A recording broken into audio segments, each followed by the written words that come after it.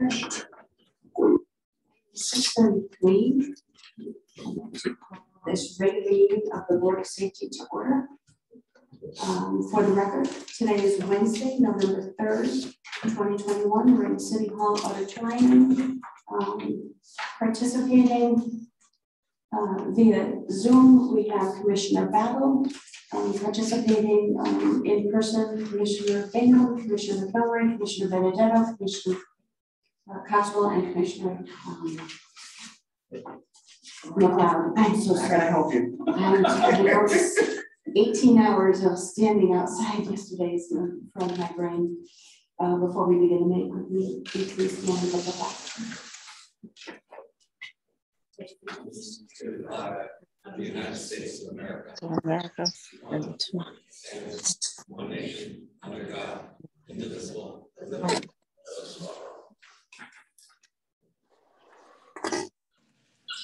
Okay. Item number 1, I will entertain a motion to open the meeting to the public. So moved. Second. Thank you, Commissioner Benedict, second by Commissioner Coxwell. All in favor? Aye. Any opposed? We're open to the public. Members from the public wishing to address the board at this time? Okay. This is more of a point of question on along Prospect Street, along by Vogel School. Parents, when they come in, they pick up their students, they park all the way down Prospect Street, and literally on the corner, they basically block all the way around the corner. If we could request the police department to do some type of action down there to stop it. You cannot sight line onto Church Street. And if you wanted to use any of the parking meters there, you can't, because they just keep chugging along. And a lot of it is non-parking area. And it's really, I believe, a traffic issue. My wife went down there and she says, I can't cross the yellow line to make it a little light. So if we can request the police department follow into that and then see if there's a corrective action we can take, even if you have to send a letter to the Board of Education and say, you have to remind parents that can't do that. Thank you. Still will be the public. Are there any questions from the public at this time? I will move into item number 2. I'll entertain a motion to accept the recommendation of the purchasing agent, fleet manager, and vehicle replacement advisory board, and authorize the mayor to award the purchase of 2 Ford police interceptors from state contract number 12 PSX0194 for $96,765.82. This is from the MHQ of Middletown, Connecticut, pending City Council and Board of Finance approvals. Second. Thank you, Commissioner Benedetto, second by Commissioner Bennett. Questions on the motion? Chief, just one question. I know we had that new, the newest fleet vehicle. Yes. Is it being used, or is it? Oh, these are going to replace. All three vehicles are being used. Yes. And these are going to replace the highest mileage cars. We're rotating cars out. Emil, our fleet manager, is responsible and helps us with maintaining our fleet and getting rid of the cars that are being more costly to maintain. And are we going to follow the same pattern you did with the other car? Yes. The newest car? Yes. Yeah, looks good. Thank you. Thanks. Other questions on the vehicle replacement? Hearing none, all in favor? Aye. Motion carries. Item 3, I'll entertain a motion to accept the recommendation of the purchasing agent and Lieutenant Rulo to waive the city bid process and authorize the police department to purchase ammunition for fiscal year 21-22 through the state of Connecticut contract number 19 PSX0220. This was unanimously approved by City Council on October 18th, 2021. So moved. Thank you, Commissioner Coxwell. Second by Commissioner Benedetto. Questions on the motion? I just have a quick question, Chief. It's the same question I ask all the time. I don't have a problem with who you selected, everything, and they're all listed there, but never says why. You know, why do we pick them? And then you can't just always, not you, but we can't always look at it and say, well, geez, that was the least expensive one, because that's not always the answer. So that's my question is, I'm good with it, but why do we pick them? and not the other two, I believe that there were. So the state contracts are based on different brands of ammo. We've always shot federal, that's what we've tested. And Eagle Point sells federal ammunition, federal, Remington, CCI. It's all under the same contract. The other contracts, Stewart Brothers, I believe they sell Winchester ammo.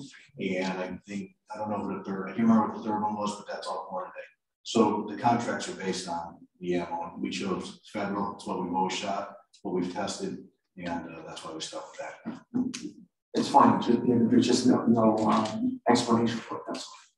Thank you. Captain, just a quick question. Where did we get the ammo prior to this contract? Eagle Point.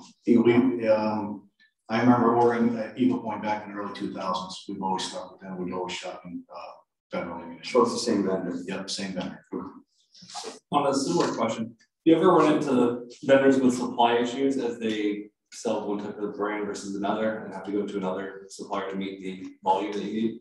Yeah, I mean, especially right now, there is, anybody who shoots is having trouble finding ammo.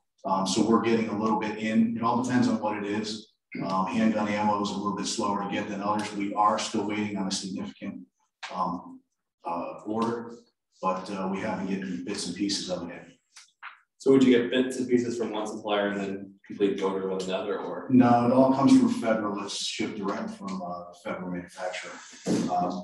Like we had some that has to be lead free for indoor ranges. That came fairly quick. You know, we got that very quick. The rifle ammo, same thing. We were able to get that quick. I've talked to other departments and other firearms instructors. They're having the same issue, but with Winchester ammo or with Remington ammo. So it's all over the place now. So it's their supply side as well, just wherever they're getting the components to build the ammunition. Exactly. Yeah. Thank you. Captain, I think it was mentioned that are we testing new firearms at this point or possible replacements? Yes, it would be cheap. It's going to get into that later. I'll take it on my report. I guess my question is that for next, where does that fall in with ordering ammunition now if we do make a change?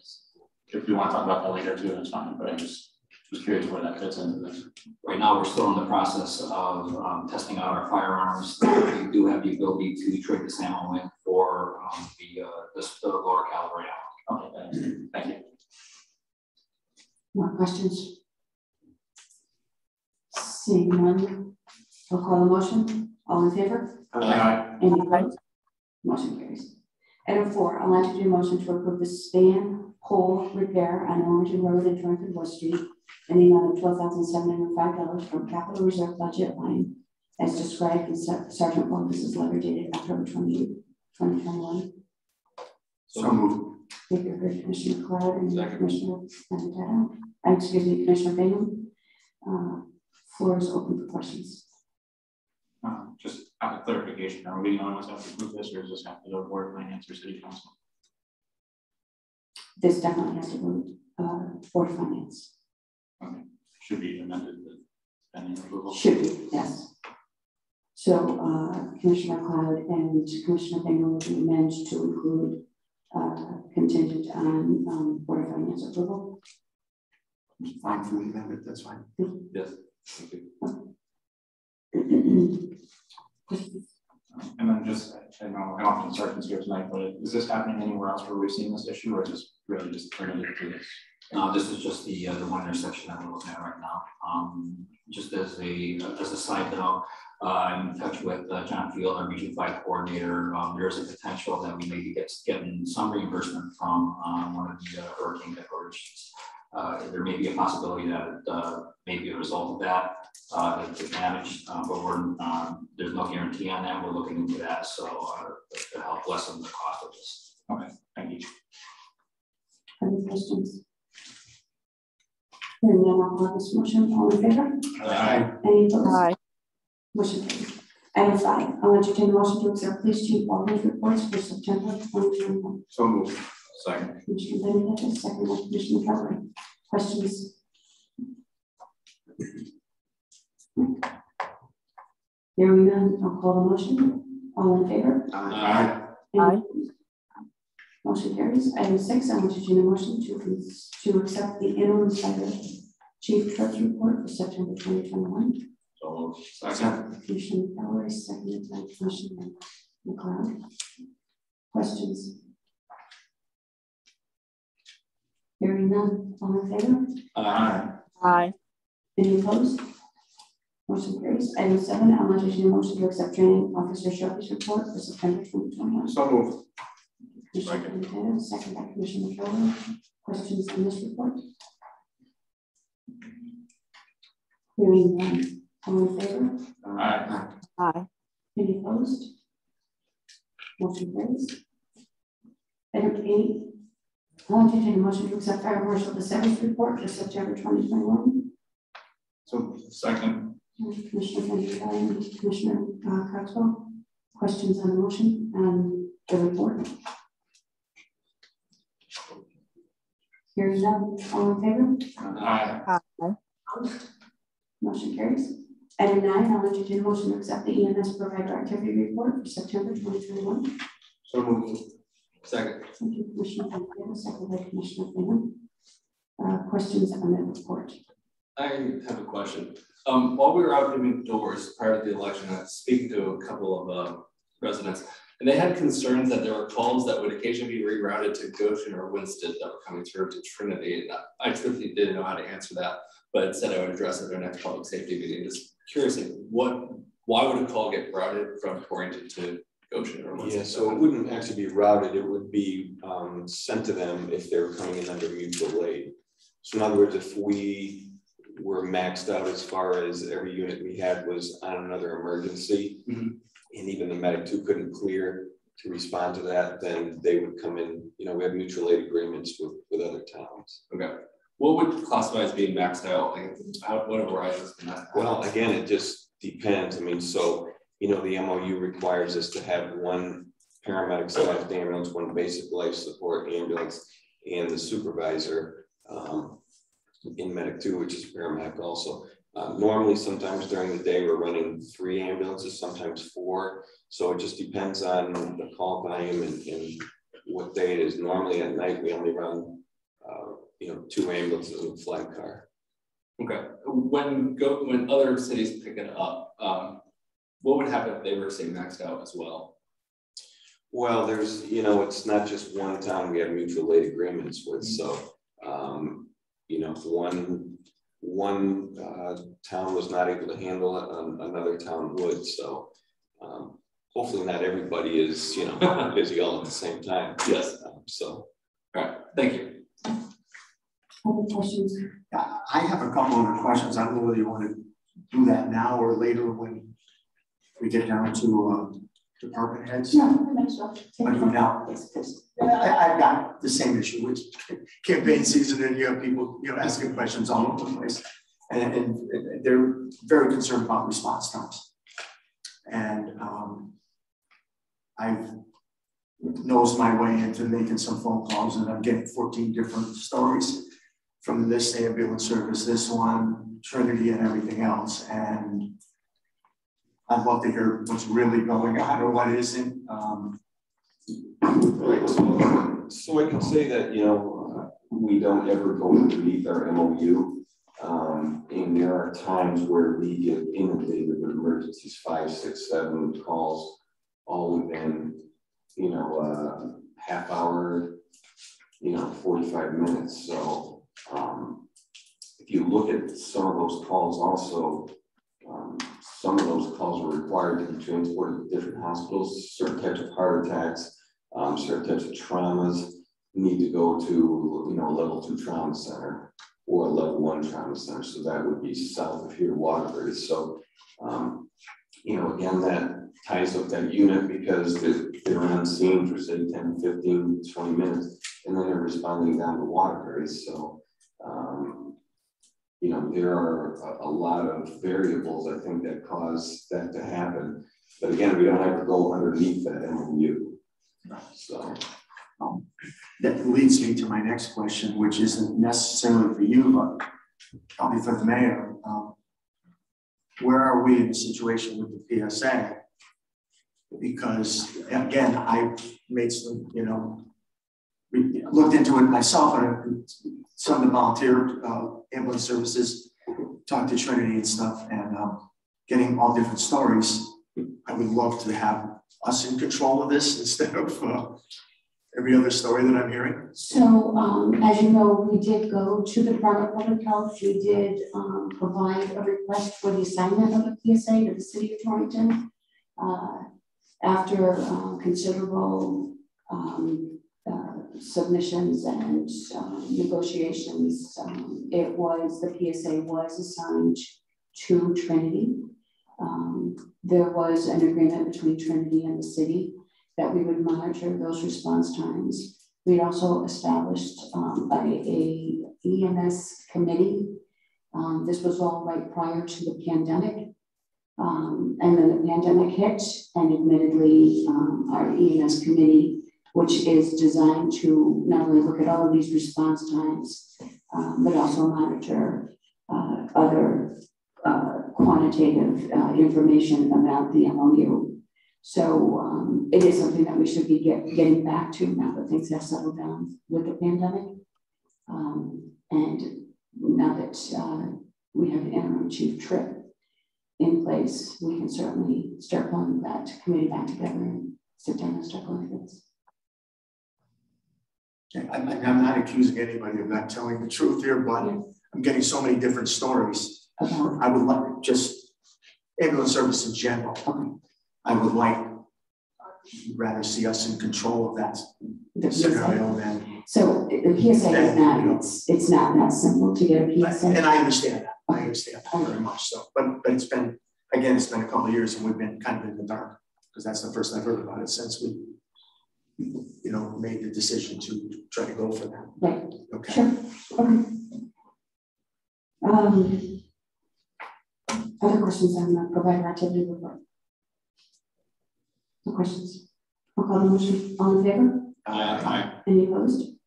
Motion carries. Item 10, I'll entertain a motion to consider business by the volunteer fire department. So Commissioner Van second by Commissioner McCollum. Any questions on? Excuse me. All in favor? Aye.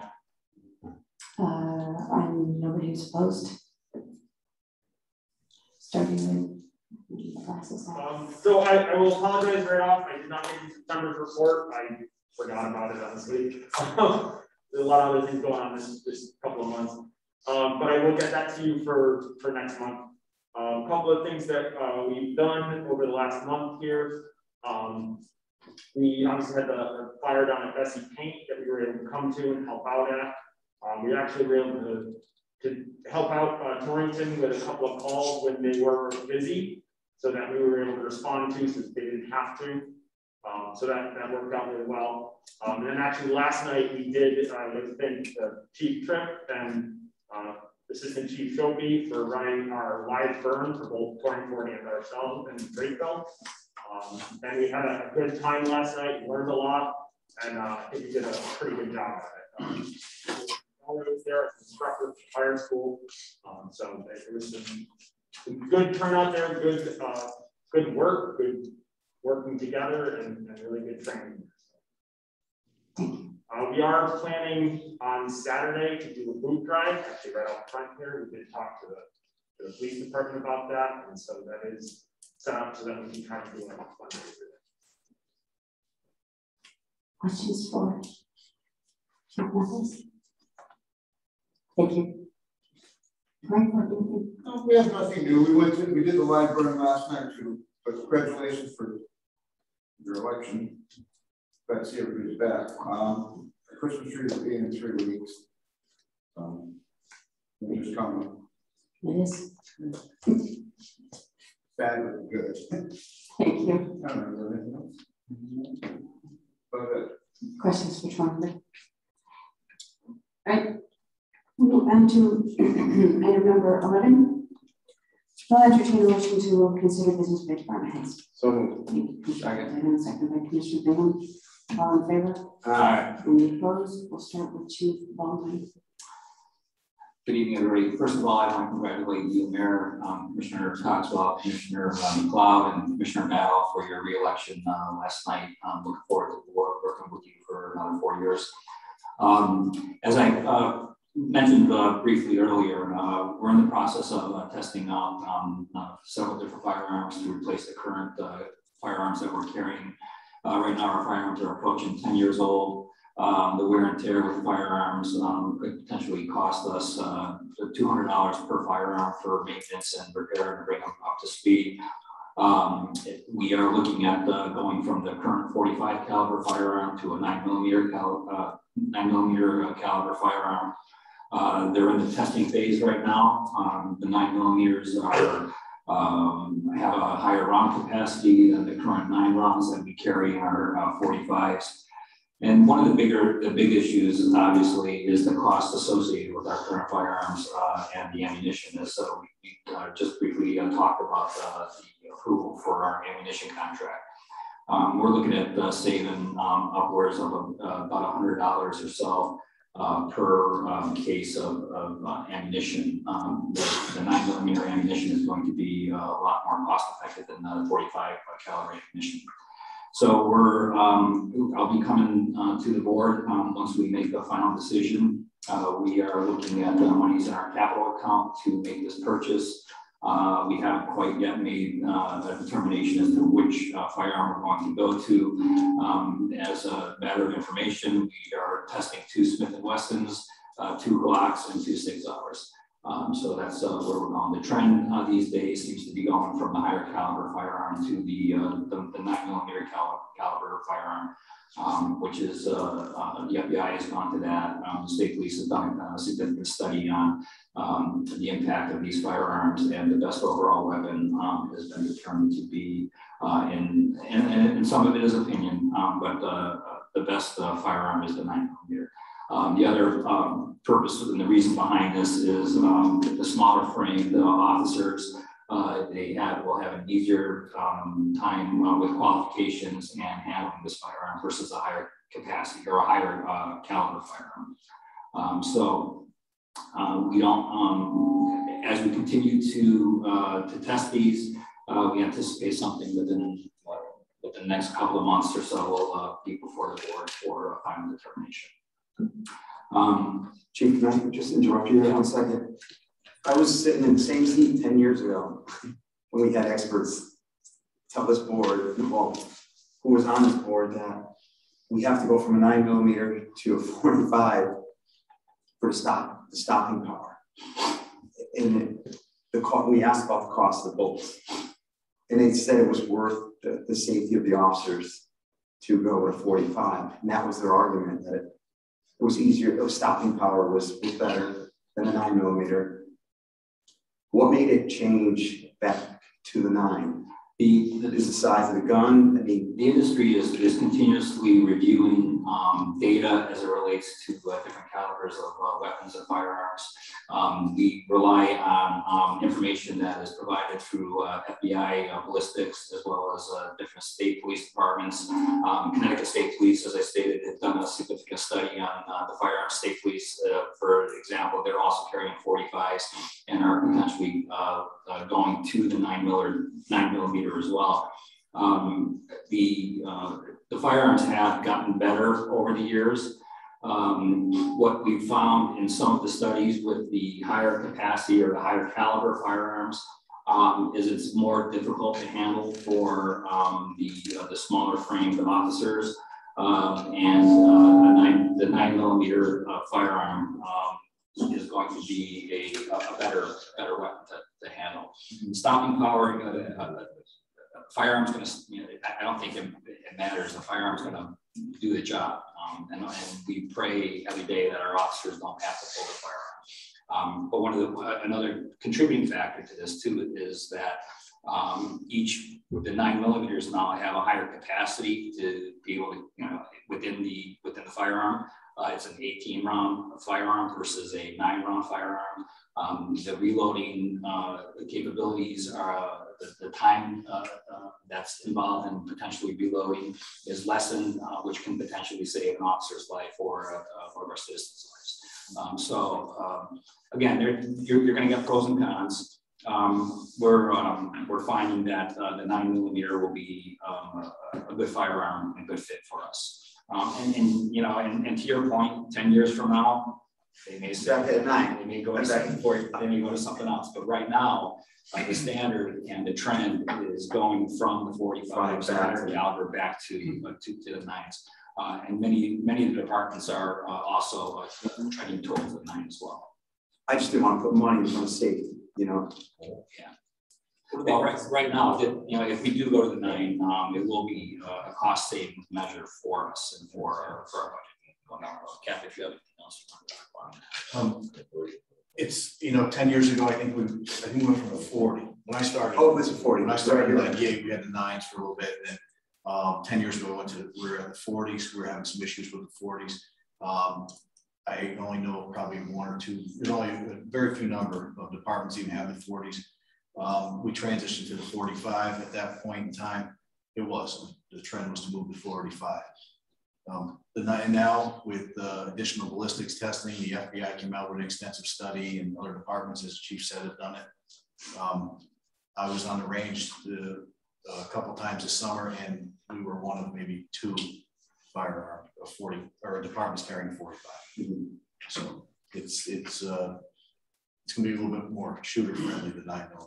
We've had officers out testing it, and I brought people to the range, and officers that have a little bit of difficulty with this gun shot all the weapons, and they're choosing which one they like.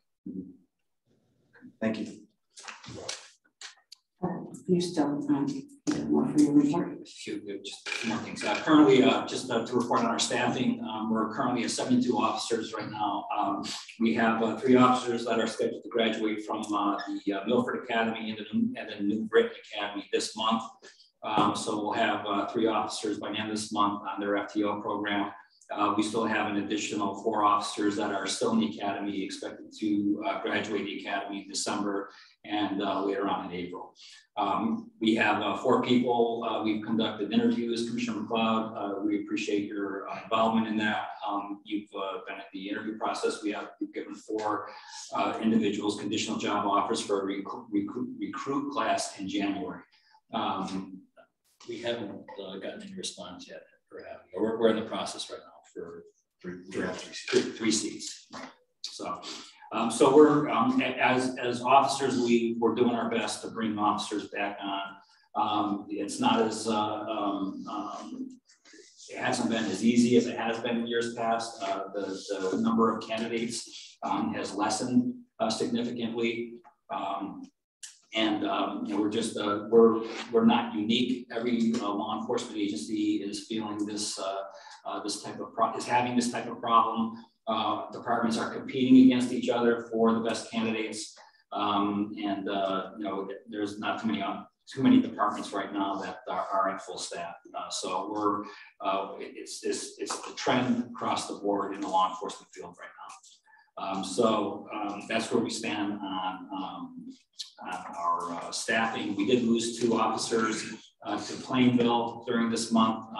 Officer Misko and Officer Otis both left our department to go to Plainville. And last month in September, we lost Officer DeGorsey to Middletown PD.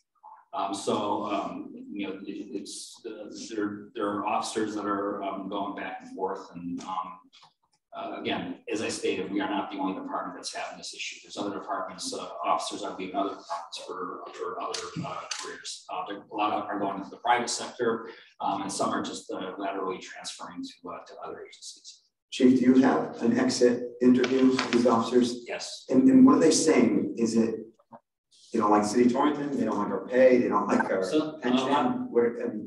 Realistic, I mean, it runs the gamut. There are one of the big issues is salary, is pay. There is a we are not the least expensive or the lower salary of the department. We're not in the highest range. We're somewhere in the middle, the low to middle range. They also, you know, they're when these officers leave our department, they're leaving other departments for a higher salary. So a lot of it has to do with pay. The other part has to do, as you're aware of, is the pensions. Others are looking for a pension or a defined retirement. And there are others that are leaving to the private sector just specifically because they've had enough of law enforcement. One of our officers, as I interviewed, Officer Misko, didn't leave because of the pension. He left because of scheduling. He had a better scheduling opportunity in the town of Plainville versus our department here. So it goes across the board. There's not one specific incident. There's several different issues that are at play when officers leave. October was Domestic Violence Month. As you know, I wasn't here at last month's meeting. Captain Barone was here. I thank him for sitting in for me. I was down at Coke Park. Officers Simon and Sergeant Kelly received an award from Susan B. Anthony Foundation for their role in helping kids that were involved in domestic violence, kids and their families during the Summerfest event. So they were honored and recognized at the event at Coke Park, which was very well attended. Our trunk or treat program took place at the middle school on the 23rd and the 30th. We had a significant amount of people that came through for the event. It was very well received. Our handicap ramp in front of the PD is in the process of being repaired. Construction is set to begin November 11th. We are making arrangements for individuals who require that ramp. If they need access to the police department, we will be assisting them with the ability to get into the department. And currently, right now, we're in the process of repairing our radios. We had a radio malfunction as a result of one of the storms. With our towers and our microwaves. Captain Brown's been working very hard on getting that squared away. Part of the problem with getting our radios up to 100% capacity was the supply line, the supply chains for parts, things along that line. We are getting a microwave and an antenna replacement on Highland Avenue and Wheeler Road to get our radio coverage back up to full speed. I'm also working with the mayor on the ARPA funds for potential radio replacement, where we would be working with the fire department to go to the state radio system. So there's a lot of things in the works as far as our communications are concerned. And finally, our Puppies Behind Bars program is just receiving significant accolades from departments and organizations and people throughout the state. It's a huge win for our city, for our department. Our department and our city is represented very well. Our officer was recently invited by the Puppies Behind Bars Foundation to the Giants game. The Mara family, who owns the New York Giants, are huge supporters of the Puppies Behind Bars program, and they invited those officers in the state who have the Puppies Behind Bars canines to a Giants game, and our city was represented very well at that game. So, you know, for some of the negative things that are going on within our department, we've got a lot of good positive stuff going on. I want to say that the officers are overworked. They're working their rear ends off. They are doing a great job with the circumstances that they're currently faced with regarding staffing shortages. I can't say enough for the excellent work that they're all doing. They continue to do the job, and you should be very proud of this department and the men and women who are serving this community. So that's it. Thank you. Thank you, Chief. As you talked about the supply issue with the pieces to replace the radio or fix the radio, is there any consideration of ordering extra supply pieces so that you have something in a closet or somewhat of a supermarket type of thing in case this goes down again? The problem is that it's very expensive to do so. So we're trying to be fiscally responsible with this. This is generally something that doesn't happen on a regular basis. And generally speaking, when we've had radio issues in the past, it hasn't been an issue with getting those parts and the replacement parts for our radios. They've been here very quickly. It's just we're in funny times right now, so that was one of the issues that prevented us from being able to immediately repair our system. If we do, and the mayor is aware, and if we do go to and Deputy Chief Tripp is aware as well, that if we do go to the state system, Chief Talley was working on this with myself and Chief Tripp. If we go to the state system, that's going to alleviate an awful lot of problems with the radio system in general. So, and that too will be a cost saving measure down the road for the city. So, thank you. Other questions from the chief on his report? Okay. Thank you, Chief. Chief Tripp. Don't remind me because I'm here. And congratulations everybody for last night's. It's good to see same face with that. So we work together. Two things in the fire department side. For vehicles, truck 1 is out of service again. It went out today. This time it's our depth sensor. And I'm sure you've heard of the news. With Engine 2, we had the issue with the depth sensor when we first came in. It's a national problem. So Dennis is working his heart off to try and find one locally in the state. He called North Haven because they're ordering a bunch for themselves. So we're not sure exactly how long it's going to be out. I anticipate a month, at least. Just guessing. Worst case scenario at this point. Engine 4, good news is the windshields have hit land. They did the windshields to Wilkett. I'm just waiting for an ETA when that's going to be done and back into the morning. So that's good news. Radios, we've got our radios in Engine 2 in the district for repeaterized back to LCD for final frequencies.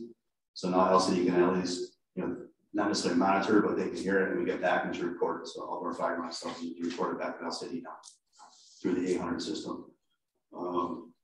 Recruits are doing very well in getting report cards from the Connecticut Fire Academy. All 5 recruits that I have in there have excelled.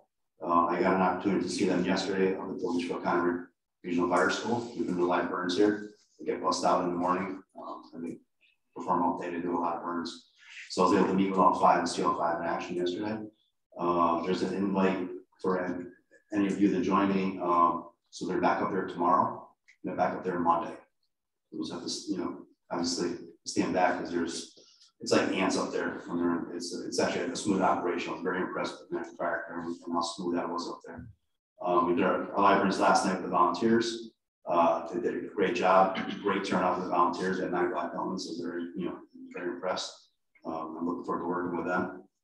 We had 1 shift burn already. The second one got rained out when we got the 4 to 5 inches of rain, so we canceled that. That's tentatively rescheduled to 23rd of November. I sent you all a quick email or a text message that Recruit Kellogg has resigned. He took a job offer back in Ridgefield. That's where he came from. They heard that he got hurt in the academy. They heard that he had to go back to the academy. So they gave him a sweet offer that he couldn't refuse. So him and his family, he made the hard decision to leave Farmington and go back to Ridgefield. So that's where he is. So tentatively, the Fire Academy had held a seat for him. And the February class is coming up. So that's still ours at this point.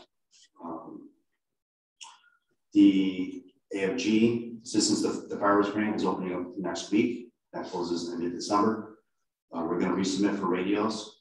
What that's going to do is, if we do get awarded the radios, that'll put $200,000 back into the ARPA fund that we can use for the city for someplace else. So we'll still work with the PD with the radios. And we're going to work on getting the air packs for 2 volunteer departments. Their air packs are at their end of their limit. Our goal is to try and get them their PPE and air packs up to speed. We participated of a Camp Mo for the trunk or treat. We did not participate in the Parks and Rec. The farmer's office was supposed to do that, but it was just basically an open trunk, and it wasn't a good event for us to participate in, so they chose not to do that on the day off. Friendly Hands has an event Friday night, their charity event. We actually have 2 artists that did chairs, father-son team. Both their witches actually did a chair for Friendly Hands, so they're going to be actually off. So I'm looking forward to seeing those chairs Friday night. because Torrington Alerts, if you remember back last spring, summer, Everbridge came in and did a program on our community alert system that we got approved for by Council and Finance and yourselves. That is up and live right now. We're going to start marketing that probably next week or the week after for Thanksgiving. A full-blown marketing campaign on how to sign up for Torrington Alerts. What that's going to do for anybody that's in the city, the community, any kind of alerts, could be a parking ban that the PD is going to put out because of a snowstorm, could be a major weather event, it could be a water main break, it could be a board of safety meeting is tonight. There's an event happening at Cole Park, an event happening for Parks and Rec, whatever people want to sign up for. It's on the website now. If you'll go to the website, you'll see a banner that says Torrington Alert. Click on that. I'd encourage everyone to sign up. Like I said, it's going to be pushed out there for anyone to sign up for. Talking about it's funny that the EMS committee came up. It's actually on my desk. I pulled it out today. It was actually January, I think, of 2000 that we met. And I was reviewing the notes, and so that's actually hot on my desk, ready to go and call that meeting back.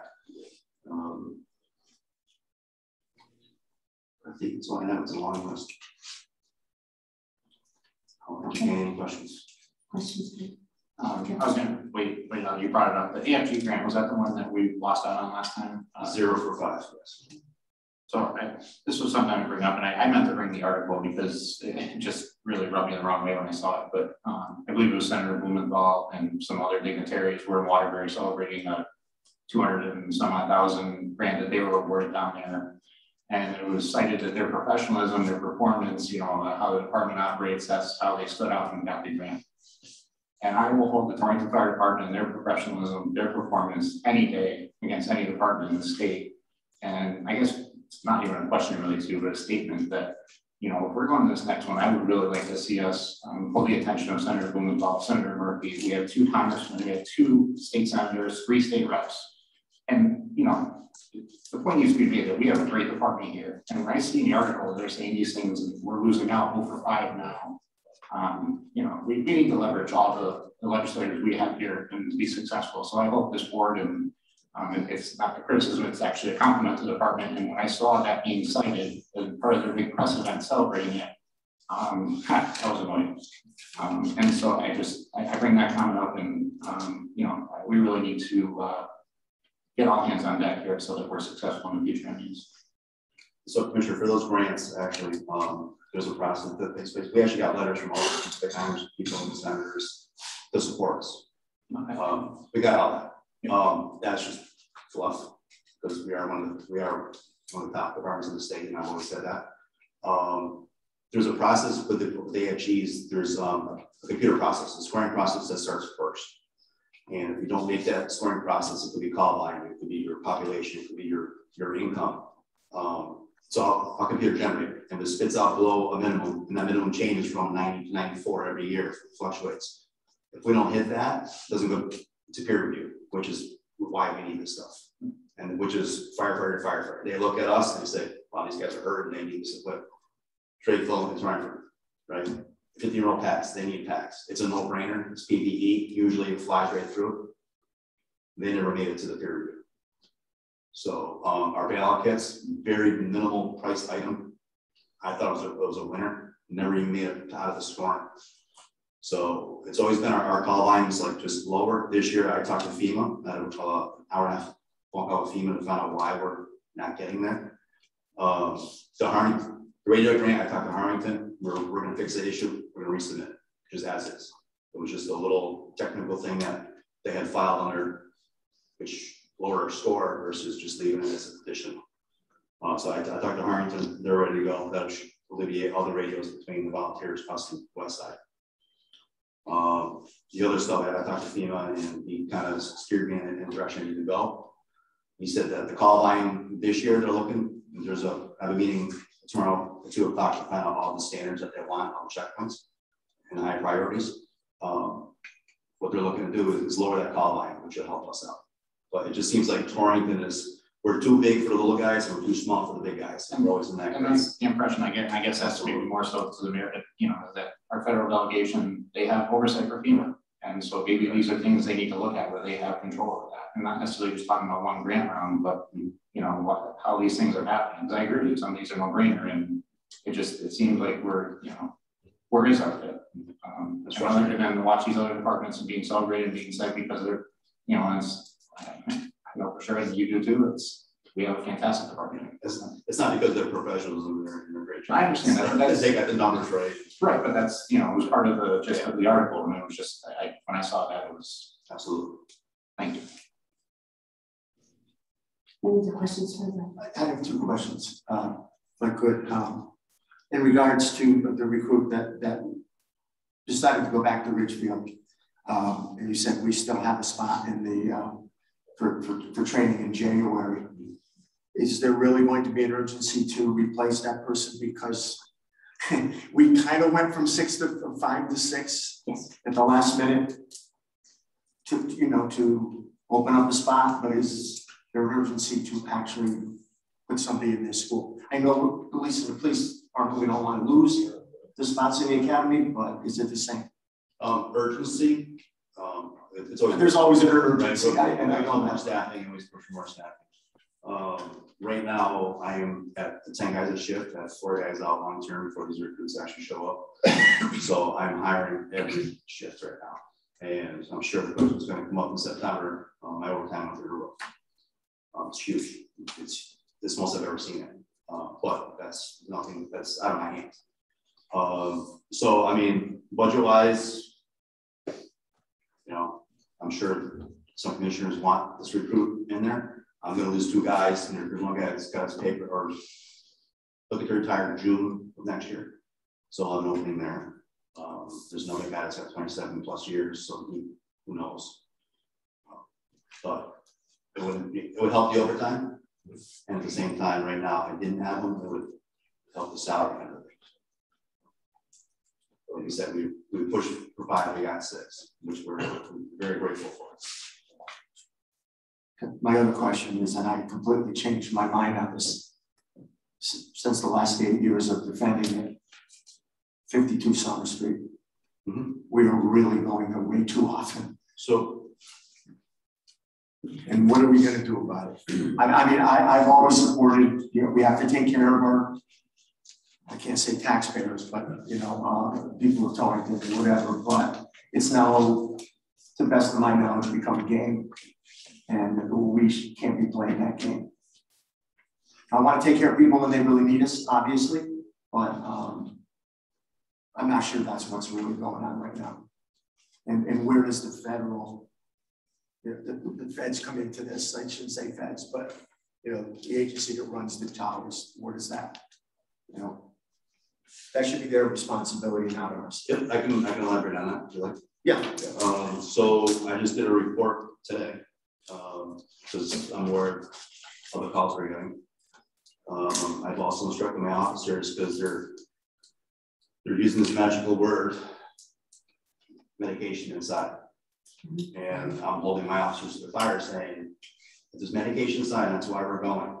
When you knock on that door, is there an urgency to take their medication? And as customer service, we should be assuring that 1, they need the right medication, and 2, that we're making sure they find their medication, take their medication, if that's the excuse.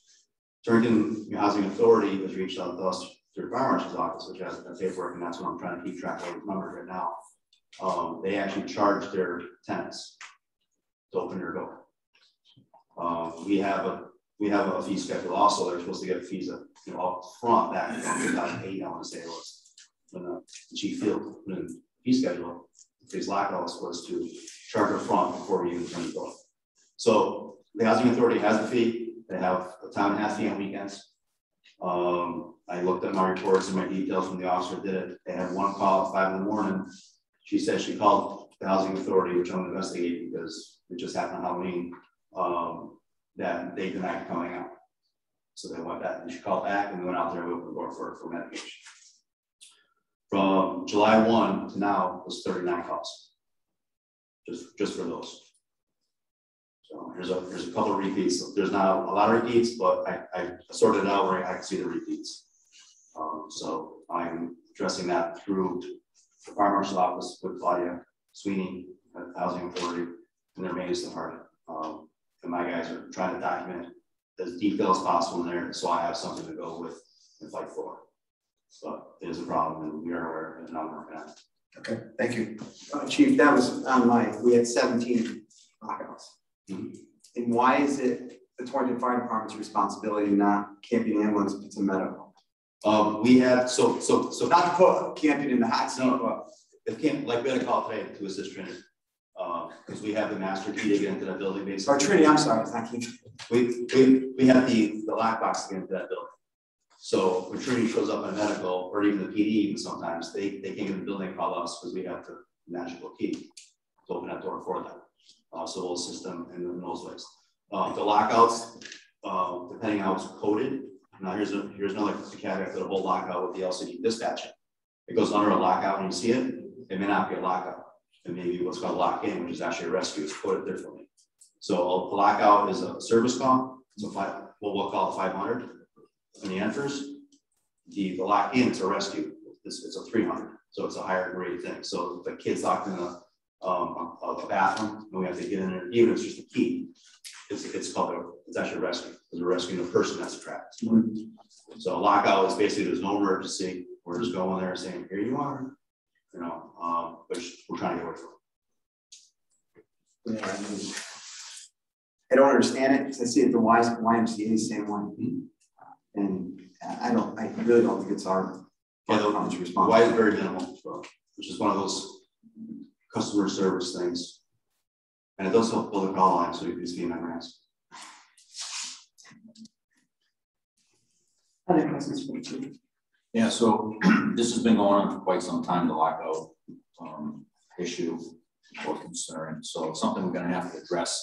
Either we're going to start charging people or we're going to change the system that we're not going to be responding to those types of incidents. It's got to get addressed though, because it's been going on for years and nothing is actually being done. So for next month, could you make a report on what actions you took from this meeting into the next meeting, notifying the housing authority and other agencies, check your reports with the officers, the detailed reports to find out what these people are actually saying for the lockouts. We keep responding to the same location all the time for that. So what's the reasoning for them being locked out? They don't carry a key on them, you know, and stuff like that. So we just have to address it so we don't keep bringing the same issue up all the time. We'll do. The other thing too is the recruit, Kellogg, who left. We did decide to hire the other one, 6-1 stuff. Let's not fall behind the 8 ball. Let's keep that spot that we already have, get the firefighter trained. It's going to take 16 weeks as it is. We have people who are getting ready to retire down the road, and we don't know what's going to happen in the near future with anybody else. Because you lose people sometimes too. So running with 10 on a shift is unacceptable. The overtime is skyrocketing. We've already got the slot, so we move forward and we fill that slot and keep it. Get the guy firefighter trained. Do you have somebody on the list right now? Active list to pull from? Oh, well, we can pull from our last review. We had, you know, we took 6 out of the 9. So there's 3 other candidates. I mean, any of those candidates would have worked for city department. They were all qualified candidates. So my recommendation is to keep the spot that we already have it. We're going to fill it anyways. If we hold off and we lose the firefighter in June or anybody else, we got to start all over again. Overtime is going to skyrocket again. We're going to be below the 11 personnel minimum. So that would be my recommendation. So with that officer being filled, 6-1, is that going to offset will that bring your overtime down? Absolutely. I'll have 2 floaters. So we'll bring overtime down to when 4 guys come back from their injuries. Was it cheaper to pay overtime or pay salary benefits? That's what that. Yeah, I'll answer that a little bit if I can. It will increase the salary. We didn't budget for those extra firefighters in the salary line item. We do have some salary savings as a result of the fire chief position and the interim chief stepping up into that with a modest salary bump, 10%, I believe. And there were some other line items that we were going to use to offset that salary increase. But it's 2 retirements that we're anticipating by June of 2022. One in 2022, one in 2023. Yes, June and then January. Was it January? June and January, or give or take? They changed their months. So yeah, it's 6 of one, half a dozen either. If you're paying in a salary line item or paying any overtime. But I would agree, we have the seat, train the firefighter, and just be ready for those retirements. Now, another question, I know we put in place with the police department, if the officer's not here for 3 years, they have to reimburse the city. Is there any reimbursement come back to the city because Richfield took one of our guys out of the academy that we already paid? Yes, we have the same stipulation. So right now, that money from the academy is still being held. Okay. If we don't put a recruit firefighter, I'm going to go to the academy, to the director, and I tried to call him today to track my back on his cost, is to reallocate that funding to put back into training. Because the academy does a lot of our training, our specialized training we have. So I would ask if we can at least have that and not lose any money. The gear, I'm going to reallocate to somebody else that's going to fit this gear, so we didn't lose any money there, because I was going to buy gear anyway. It just went to the recruits this year instead of our guys. So the gear is no issue. So there really would be no big cost loss besides the time that we put into them for salary. And how many weeks was he there? 8. Oh. No, it wasn't there 8 weeks. When did we have? It was a little over a month. Yeah, it was less Was it less than a month? month? Well, I'm just thinking, so, yeah, because it was 9/11 ceremony is when we learned about the injury. Okay. All right, yes. Yeah, he was somewhere until just finished his 2nd week. When he was injured. Final call for questions. Chief Joe. Anything from training? Yeah, thanks. I just wanted to congratulate the mayor, the other commissioners also. This is Jack Pickering. I wanted to introduce him. He's the Waterbury operations manager. He probably will be occasionally showing his face to some of these meetings also. So the only thing I had is one of our paramedics, Jane Margarelli, actually just received the Brain Pin Award from Charlotte Hungerford for her rapid assessment of a stroke patient treatment in transport. So one of our other paramedics, Alex Limbos, also I think several months ago received the same one. Actually, he had one of the quickest times of treating and transporting in the northwest corner. So that allows them to initiate the CAT scan, get that patient on the CAT scan, and really improves their treatment. So they all did a great job. Thanks. Questions? If I can, there's one thing there. Retired Kathleen Ceruto passed away this morning on one of our calls. So if I can just ask for a moment of silence.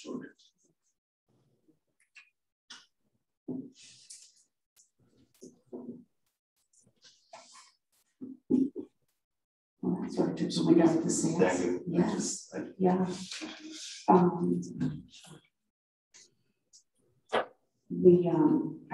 Sorry. Before we adjourn, we'll do that. We'll come on this now. It's okay. Item 12. If there are no other questions on reports. Item 12. I'll entertain a motion to consider business by the mayor and member of the board of public safety. So moved. Second. Thank you, Commissioner Benedetto. Second by Commissioner Craftwell. All in favor? Aye. We're open, starting at the on the screen. Anything this evening, Commissioner Bell? Yes, I wanted to say I'm honored to be serving on the board once again. Congratulations to the mayor, to Commissioner Coswell, to Commissioner McLeod, and I look forward to working with everyone once again.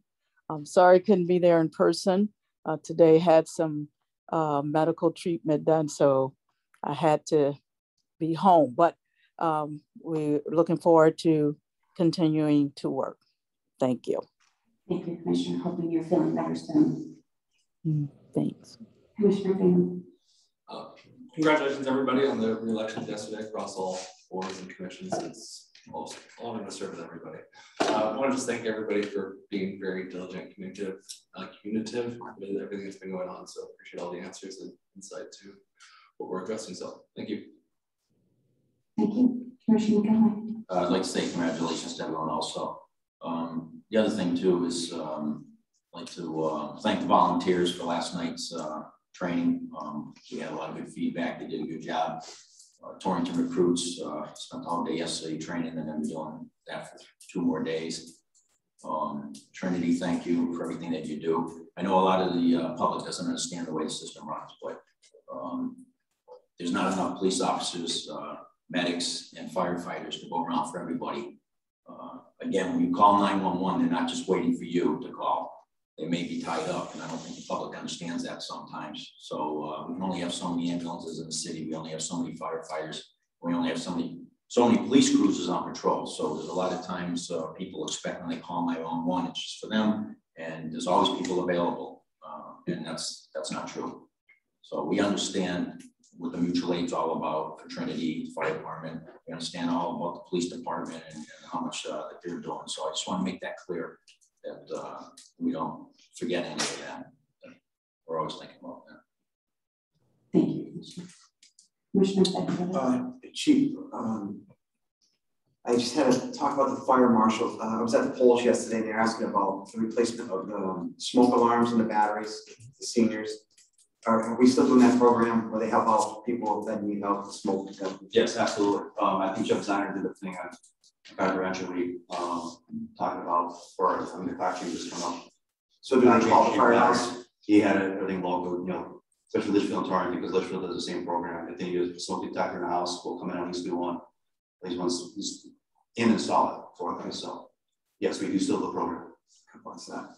And Chief of Police, the complaint I got was speeding on back roads, which you probably get too.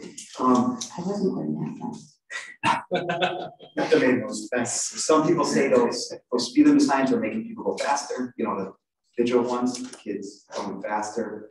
So they want to know if those take pictures or they even do anything with the intel that you get from that sign and then do enforcement there. They seem like they see the signs and then there's no enforcement to back it up. Yeah, we're finding that a lot of the speed is perception. Those signs actually measure speed. They measure the number of vehicles that are going through. There are those occasions where we'll get an occasional individual that's traveling well above the posted speed limit, but for the most part, they're all within that range. So those signs help us identify if there are significant problems there, and if there are, we will take the appropriate action and assign officers. We do get complaints from individuals within our community for speeding vehicles, and we do assign speed enforcement for those officers for those areas. Just for some statistics, for the month of October, our officers conducted 573 motor vehicle stops. And 88 of those violations were for speeding. So the officers are out there doing what they can concerning the motor vehicle violations. And as Commissioner McElroy just stated, unfortunately, our guys are busy. We can't, you know, if I eventually one day when I'm back up to full staff, my goal is to have assign some people to the traffic squad to be specific for traffic enforcement. We are getting complaints. It is a common complaint, and we are dealing with them as we get them. I live on Torrington Street, off Torrington East, and I see them up there in the morning time. So they've been doing. I tell the people they've been out there, but we are short-handed. Another thing that's a sore subject, and you probably already know about, is cell phones on road jobs. You know, is there a policy not to use it while there's traffic backed up, or yeah, how do you address in that? They're spoken to on a consistent basis. At our last staff meeting, the sergeants have been instructed to conduct extra duty job inspections of the officers to ensure that they're equipped properly, dressed properly, and that they're doing what they're supposed to be doing. The captain has put out memos, Captain Gonzalez has put out memos concerning the use of cell phones. I have as well. It is, It's not just, you know, people, perception and safety of the officer, you know, with the head down and not paying attention. Okay, thank you. Oh, congratulations to all. Look forward to working with you guys. And Chief, you just locked yourself in for another 4 years, you know that. And the one person I forgot is Carol Anderson. Congratulations to you as well. I focused on the board here, but Carol, congratulations to your election. And back to the canine, how dare you send her to a Giants game? Who else would go? Yeah. Tickets for free. Thank you. Thank you, Commissioner Cogswell. Thank you. The only thing I was going to bring up was the AFG grant, which we've covered already, so no need to visit that. Thank you to everyone, and I look forward to working with those who are reelected. And just want to point out that I don't take it lightly that when voters go out there and support you, I take this very seriously. I would trade anything to still have Commissioner Conforti up here, but that's not the case, and I'm just very appreciative and look forward to working with everyone. That's all I have to say. Thank you. Thank you. Commissioner McLeod. Congratulations to everybody also. I will say one thing, Commissioner, that you have accomplished already. You've helped me confuse the mayor on who's answering the, happy to do my part. Making the motions because you don't know which one it is. You didn't know with Bob and I, and now you don't know with we sync our voices actually. Yeah, that type of thing. I'm happy to be back. Honestly, I think I don't want to use campaign talk, but I think we really have some important issues that we need to discuss going forward. And they're not political issues, they are safety issues. That is one of my questions. Where are we in the process for fire chief? We also, in January or whatever part of the budget, we will start the process for picking a deputy police chief. I really love saying that, to be honest with you, We did also talk that once the new board was seated, that we would at least have a discussion and get a group together to discuss retention of our police and fire officers and firemen and whatever going forward. So I think we have a lot of hard work ahead of us, and I'm looking forward to working with everybody, and I hope that we get right into it. I know it's going to be tough the rest of the year with holidays and everything, but at least start that process forward. Yes. So I'm going to just wrap this up with a couple of responses. With regard to the filling of the fire chief position, the application period was closed on October 29th. You will recall at the last meeting, I informed the board that this was where we were going. We mapped out a timeline. So application period closed on Friday, the 29th. The HR department is reviewing the applications. They will be checking the applicants against all of the criteria that was put out there in the job description. We are also working with the 3 fire chiefs who agreed to help provide guidance to the Board of Safety as you are a committee of the whole, as search committee as a committee of the whole, and developing questions and perhaps a recommendation for an essay question. As we continue to work through that, we will also be providing or assembling the list of applicants within the next couple of weeks. And I will probably be reaching out to all of you to schedule a special meeting to begin to review those applications, the questions, to make sure that they are actually the questions that you have, or see if there are any additional questions that you wish to include in the interview process. We had hoped to start scheduling those interviews later in November. I did ask the question of the 3 chiefs, whether they thought working through the holidays would happen this at all. They didn't feel that it would. And I'm hoping that the first round of interviews can be later in the month of November, with perhaps a second interview should the board find candidates they wish to interview a second time, early in December. You're right with, I think everybody on this board feels the same about saying deputy chief for the police department. Chief Baldwin and I have had a couple of conversations about what that process looks like. We want to sit down, formulate a recommendation to the board as to what the process looks like. That was budgeted for a half-year hiring, which is January. So we can start moving through that process and try to hit our mark for January as well. So I do feel like we're moving along at a rate that we anticipated or I hoped.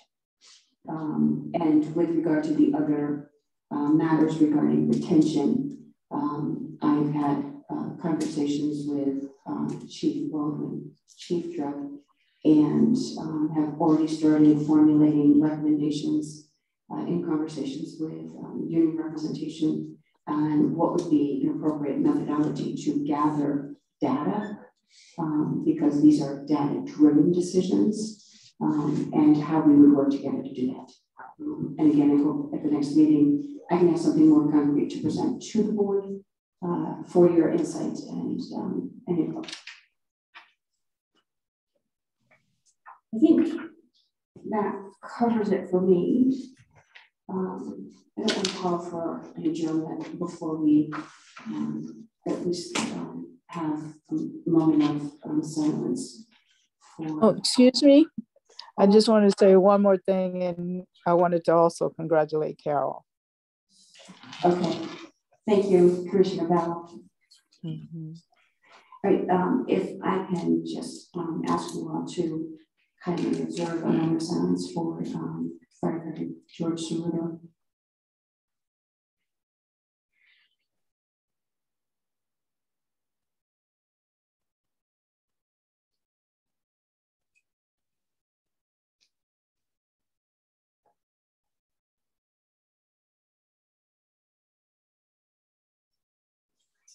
Thank you. And with that, there being no further business before the board, I'm going to a motion to adjourn. So second. Commissioner McDowell, Commissioner Benedetto, all in favor? Aye. Aye. Adjourn.